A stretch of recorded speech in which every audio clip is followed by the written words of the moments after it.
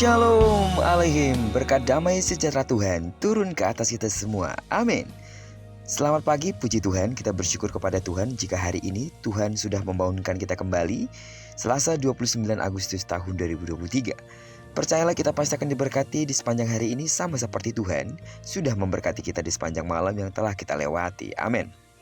Baiklah, seperti biasa sebelum kita lebih jauh melakukan semua aktivitas kita di sepanjang hari ini, mari kita landasi hidup kita terlebih dahulu dengan mendengarkan firman Tuhan dari pembacaan Alkitab satu hari satu pasal.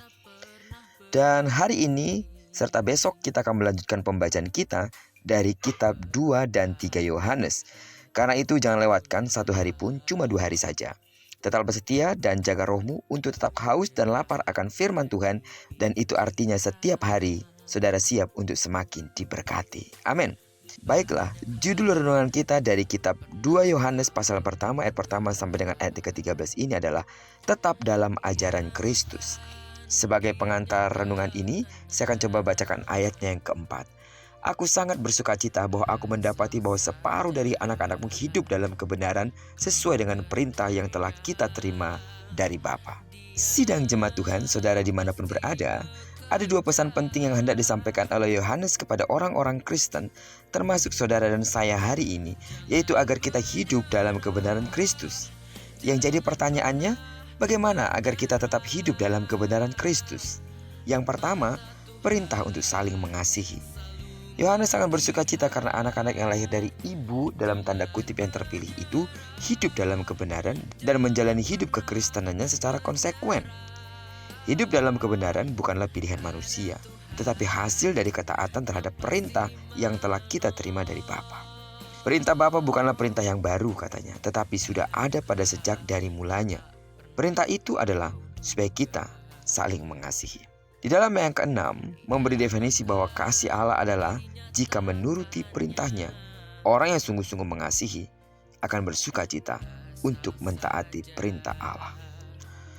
Yang kedua, hidup dalam ajaran yang sehat. Yohanes memperingatkan akan ada penyesat-penyesat, yaitu orang-orang yang mengajarkan pandangan-pandangan yang salah tentang kehidupan Kristen. Inti kegagalan mereka adalah mereka mengabaikan sisi kemanusiaan Tuhan Yesus. Pokok keimanan Kristen adalah mempercayai bahwa Yesus adalah Mesias, Allah yang datang dalam dunia ini. Gagal mengajarkan ini berarti jatuh dalam kesalahan yang gawat. Bahkan, Yohanes menyebut orang yang demikian sebagai penyesat dan antikristus. Waspadalah dengan pengajar-pengajar yang merasa berpikiran yang lebih maju, padahal mereka sedang melangkah keluar dari kekristenan yang sejati. Tujuan kita bukanlah supaya lebih maju, melainkan tinggal dalam ajaran Kristus. Dengan demikian, kita tidak akan pernah kehilangan upah yang dijanjikan bagi kita. Hati-hati dengan setiap apa yang kita dengarkan. Banyak ajaran-ajaran yang mulai menggoyahkan iman kepada Kristus, mulai menilai Yesus secara manusiawinya saja dan melunturkan keilahian yang ada di dalam Yesus. Sedangkan firman Tuhan kita tahu yang menyatakan Yesus adalah benar anak Allah.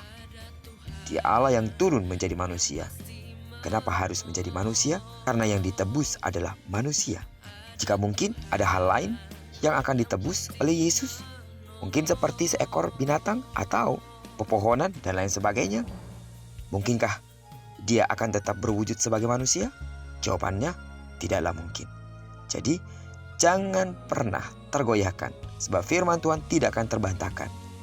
Yesus mau menjadi manusia karena Yesus ingin menebus manusia. Amin. Kasih karunia, rahmat dan damai sejahtera dari Allah Bapa, dari Yesus Kristus anak Bapa akan menyertai kita di dalam kebenaran dan kasih.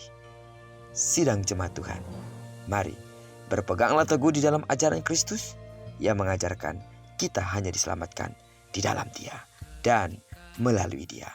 Terpujilah nama Tuhan. Diberkatilah kita di sepanjang hari ini, digenapi firman yang telah berjanji bahwa apa yang dikerjakan tangan kanan dan tangan kiri kita dibuatnya berhasil. Kemanapun kaki kanan dan kaki kiri kita melangkah, percayalah di sana pasti kemuliaan Tuhan akan dinyatakan. Doaku jika bersatu musuh datang menyerang engkau, tapi karena kekuatan Allah ada padamu, maka musuhmu akan lari daripadamu. Bagi sidang jemaat Tuhan yang sakit secara fisik, dengarkanlah dalam nama Yesus, sembuhlah sesuai dengan takaran imanmu. Diberkatilah kita bersama dengan orang-orang yang kita kasihi, serta bersama dengan orang-orang yang kita cintai, dimanapun mereka berada. Terpujilah nama Tuhan. Shalom Aleihim. Berkat damai sejahtera Tuhan turun ke atas kita semua. Amin.